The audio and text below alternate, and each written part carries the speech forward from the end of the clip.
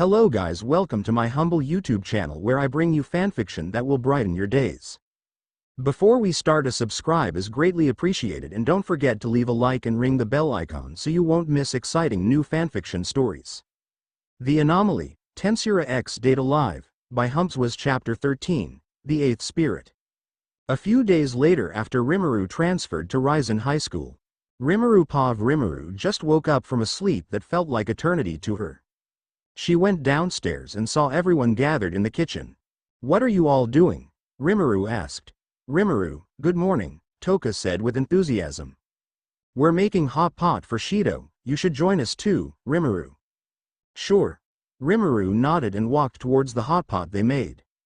Rimuru looks at the hot pot with a horrified expression, as the hot pot made her remember Shien's cooking. "What did you guys put inside to make this color?" Rimuru asked, still horrified. "Well, we each put our favorite foods inside. It's your turn now," Toka said as she looked at Rimuru with gleaming eyes. Rimuru looks back at the hot pot. Less than seal. What ingredients did they put inside? Greater than. Less than answer. Bread, ice cream, a nugget and a fried chicken. Greater than. Less than I see. Greater than, Rimuru said. She was still horrified but managed to calm down after a while. "Well, Rimuru, what are you gonna put?" Toka asks. "Let's see." Rimuru put one takoyaki in the hot pot. "I don't know Rimuru's favorite food. Now the hot spot is ready," Toka said with excitement. A few minutes later, Shido and Katori go to the spirit house together, but then they get greeted by the girls when they get into the spirit house. Toka told him to sit on the table and wait. She grabbed the hot pot and put it on the table. Shido had the exact reaction as Rimuru did as he looked at how the hot pot looked so disgusting. "Dig in, Shido," Toka said eagerly. "No need to hold back. Have a bite," Yoshinon from Yoshino's hand said. What is this?" Shido asks. "Foolish question. It is a hot pot," Yuzuru said with her usual robot-like speech. "We all wanted to make you something, so we made this," Yoshino said with a soft voice. "Thanks, but what did you put in here to make it this color?" Shido said with a horrified voice. "We used only the finest ingredients. Each of us put in our favorite foods," Kaguya said with a proudful voice. Shido looked at Rimuru. "Does that mean Rimuru did as well?" Shido asks. "I did. I also put my favorite food along with the others," Rimuru said hesitantly. Wow, isn't that nice, Shido? They made this delicious-looking dish for you," Katori said with a horrified voice as she looked at Shido beside her. "Get it while it's hot," Katori said as she grabs the soup ladle. Shido looks back at the girls. Toka had sparkling eyes as she waited for Shido to eat it. "You should add something too, Katori. Add the final touch to complete this masterpiece," Kaguya said to her. Katori looked at them. They had sparkling eyes except for Rimuru. Katori hesitated for a while, but she put her lollipop afterwards. "Katori's put her food in too," Toka said with excitement. "Now it'll be even tastier," Yoshino said with a soft voice. Shido hesitated as she mixed the ladle around the soup, and then grabbed some and put it in a bowl. He looked at Katori with a face that seemed to say, "I don't want to." Katori just nodded as there was no way Shido could escape and he just needed to eat it. Shido then proceeds to eat a spoonful. Everyone was watching with anticipation. "Wait," Shido said as he takes in the taste of the hot pot. "How is it, Shido?" Toka asks eagerly. "It's actually not bad," Shido said with a shocked expression. The girls were happy and glad that Shido said that the hot pot was good. Except for Rimuru and Katori though. Eventually, the others quickly took a seat. "I knew Yuzuru's fried chicken would bring the taste together," Kaguya said. "Negative. It was Kaguya's pork cutlet, that's what makes it so savory," Yuzuru insisted. "Huh? No, it was yours. Insist. It was Kaguya's. You two never change," Katori said. "Let's just call it a miracle collaboration that took everyone's help," Yoshinon in Yoshino's hand said. "They said on TV that stew is good no matter what you put in, and it's true," Toka said. "Must be, for something of this color to be edible," Katori said with doubt. Shido looked at Rimuru. She was just chilling and seemed to be thinking of something else. Rimuru. Where is Seal anyway? Shido calls out. Oh, Seal? She's inside me right now, Rimuru said to him. I see. Shido said with a low tone. Shido laughs nervously before trying to change the subject. It's a shame that Miku couldn't be here to join us. Can't be helped with her work. Darling. Did you call me? Miku said, inside the TV. Huh? Shido was shocked as he stood up from his chair. Hi. I heard all of your lonely calls. So the spirit idol, Miku Izayoi, has made her appearance at last, Miku said as she barged in from the door. Miku? Huh? Both Shido and Toka were confused. Then you singing is? Toka said as she wanted an answer. A recording that looks like it's live, Miku confirmed to Toka. Anyways, what are you all doing? Are you having a party, all together like this? Oh, speaking of which, I'm pretty sure it's my birthday today. All I want for a present is a hot kiss from everyone. Miku closed her eyes, really expecting a kiss from everyone. Yuzuru hides to Kaguya's back. Huh? What are you doing? Kaguya said as she panicked. Defense. Kaguya barrier. Yuzuru uses her to block Miku's kiss attack. Wait. Stop it. Miku. Get back on the TV at once, Toka exclaims. Yuzuru. Come on, don't be shy, that's enough, Miku. I need you for Kaguya barrier. Let me go, I said stop. They were all playing around the living room. Rimuru was just sitting completely unaffected. The others were watching as they went. Katori, aren't you gonna try to stop them? Rimuru asks. You don't have to tell me, I was already planning to do that. Katori jumps in front of Miku, but passes her and she slaps Miku's back and falls down on the floor. Everyone eventually settled in and went back to their seat. I see, so that's why you're all having stew, Miku said. Anyways, it's good to have you here. It's hot, so be extra careful, Shido said as he hands Miku a bowl. Oh, my, what a peculiar color. Here goes nothing, Miku then proceeds to eat a portion with chopsticks. Hot, Miku said even only touching it a millisecond. Are you okay? That's why I warned you, Shido said with concern. Darling. I seem to have burned my poor lips. Unless you kiss them, they'll never heal, Miku said, which clearly was a lie. Shido tried to back away a little, but Miku was already going for a smooch before Toka interrupted. What are you on about, Miku? That's not how burns work, Toka said with an angry look. Pain. Shido, I have also burnt my lips. I need urgent care, Yuzuru said as she raised her hand. Hey, no fair, Kaguya said, then gobbling her own stew up and her lips got burnt, too. Hey, Shido. Don't forget Yoshino, Yoshinon in her hand said. Toka seeing the others, she also proceeded to eat her stew whole. Shido. I accidentally burnt my lips as well, you guys, Shido said with disbelief. Oni-chan. I think I did, too, Katori said while faking her tears and changed into her white ribbons. White ribbon out of nowhere, Shido said with a shocked face. Eek. Is everyone all right? Don't worry, I'll make you all feel better right away, Miku said as hearts came flying out her mouth. Hey. Everyone except Rimuru screamed at Miku. Then the doorbell rang. Shido went to see who it was. And the one waiting for him was none other than Origami herself carrying her own hot pot. Oh Origami, Shido said with a shocked face. I made a hot pot, too, Origami said with her usual calm demeanor. You did?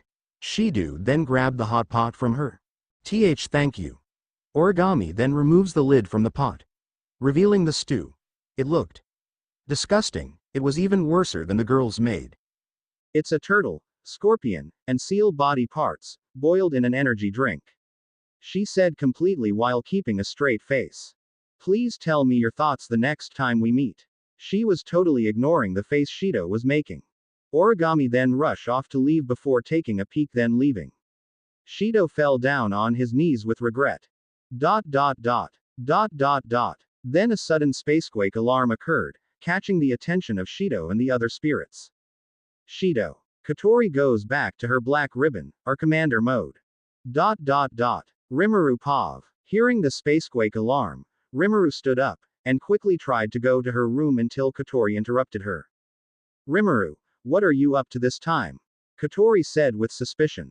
The past few days, Rimuru had been hiding her presence so less than Ratatoskr greater than couldn't find her.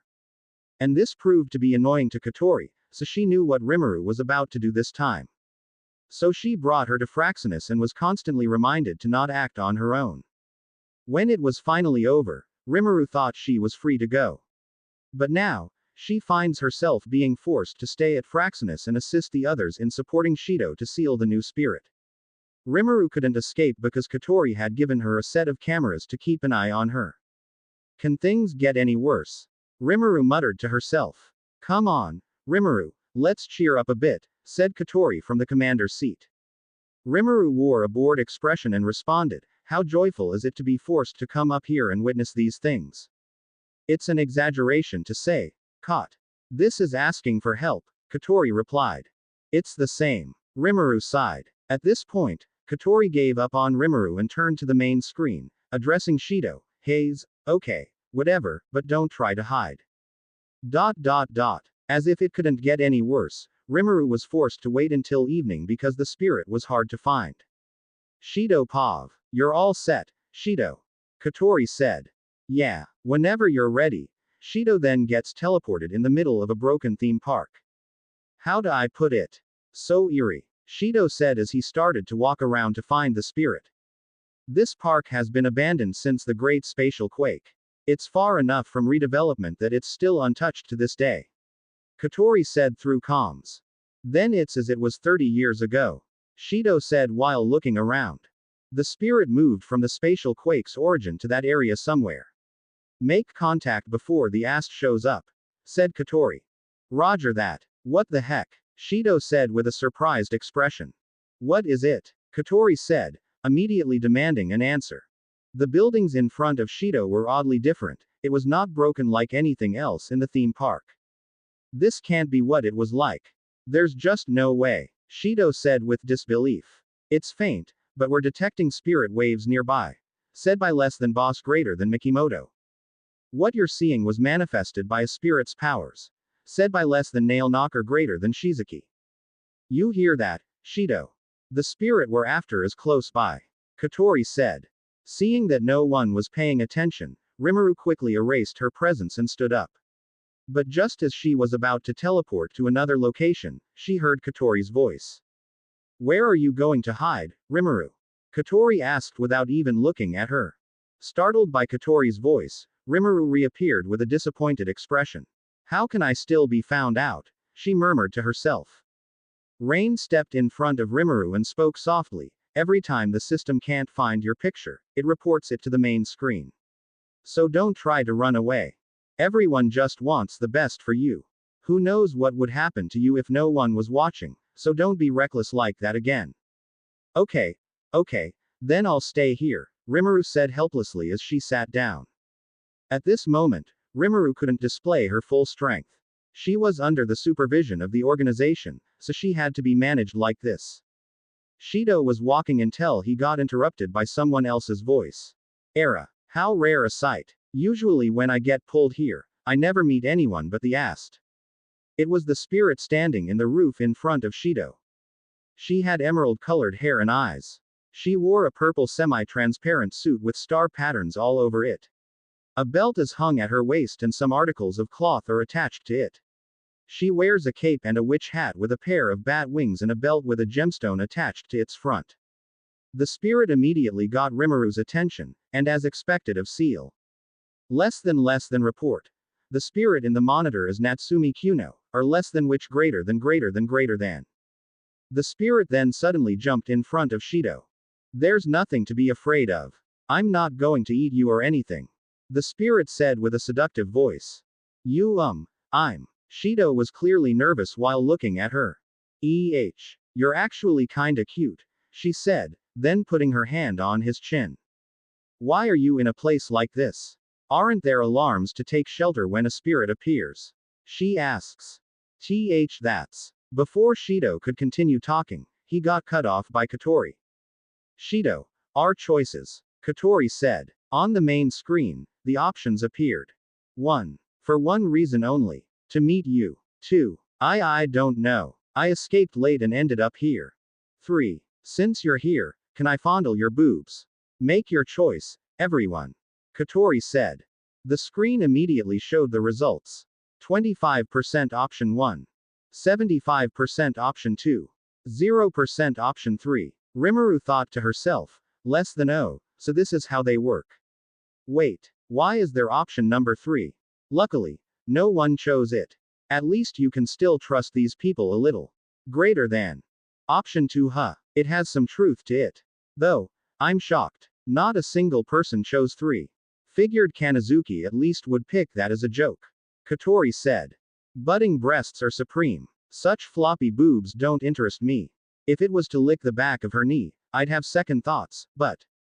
Before he could continue, Katori interrupted him by dropping her lollipop on his head. No. Thank you very yes. And he fell down on the floor. Shido. Number 2. Say it with puppy eyes as best as you can. Katori said. Why? Such a thought crossed Shido's mind. What's the matter? The spirit asks. I don't know. I escaped late and ended up here. Shido said as best as he could with the puppy eyes. Is that so? What's your name? The spirit asks. Shido Itsuka. Shido-kun then. Such a cute name. I'm Natsumi. Though I guess some of you folks are calling me witch. A sudden introduction by the spirit. Ms. Natsumi. Shido asks, confused. That sounds so stiff. Natsumi is fine. Then she started walking towards him. Hey, Shido. Oni-san here wants to ask you a little something. May I? Sure. Go ahead. He was even more nervous. Do you think that I'm pretty? Her question was unexpected to Shido. Why yeah, I think you're very pretty. Shido said with a bit of hesitation. I knew it. What specifically? Shido, what part of Big Sis do you think is pretty? Natsumi asks as she puts her hands on his shoulder. That's your almond eyes. How your nose is straight. Your femini style. He was just saying what came to his mind first. What else? What else? She was asking for more, so eagerly. And, your hair is so silky. Shido said. Yes, Shido, you're right on the money. She hugged him hard, and it made him flustered. Right. He had no choice but to endure it. I knew it. This me is pretty. Natsumi said with a low tone. Shido. It's the ast. Katori said to Shido. Shido and Natsumi noticed them. The ast started to use their missiles at the spirit less than which greater than. Shido screamed, but Big Sis was there for him. It's okay. Natsumi then brought out her angel, less than Hanyel greater than. Let's get to work, Hanyel. Her angel had the shape of a witch broom. Suddenly, the missiles that were coming straight at them turned into carrots. They landed and only did a puny explosion. At Fraxinus, Rimuru was wondering what her angel was all about. While observing, she was startled by Ciel's voice. Less than answer. Her angel is able to transform objects or subjects, and also has the unique ability of sending things into a different dimension through a mirror. Greater than Ciel said. Less than Ciel, you startled me. Wait. Different dimension. She can do that. Greater than Rimuru asks. Less than yes, she just hasn't used it yet. Greater than Ciel said. Less than oh, I see. Greater than Rimuru said. ... That's. Shido was confused about what her angel could do. Take this. Natsumi's angel forms a rainbow and goes straight to the AST. The attack went through their shield and their suit turned into pig customs. Come, Shido. Let's escape while we can. You'll give Big Sis a lot more compliments, won't you? Natsumi asks. She was clearly eager. Yeah, I don't mind doing that, but.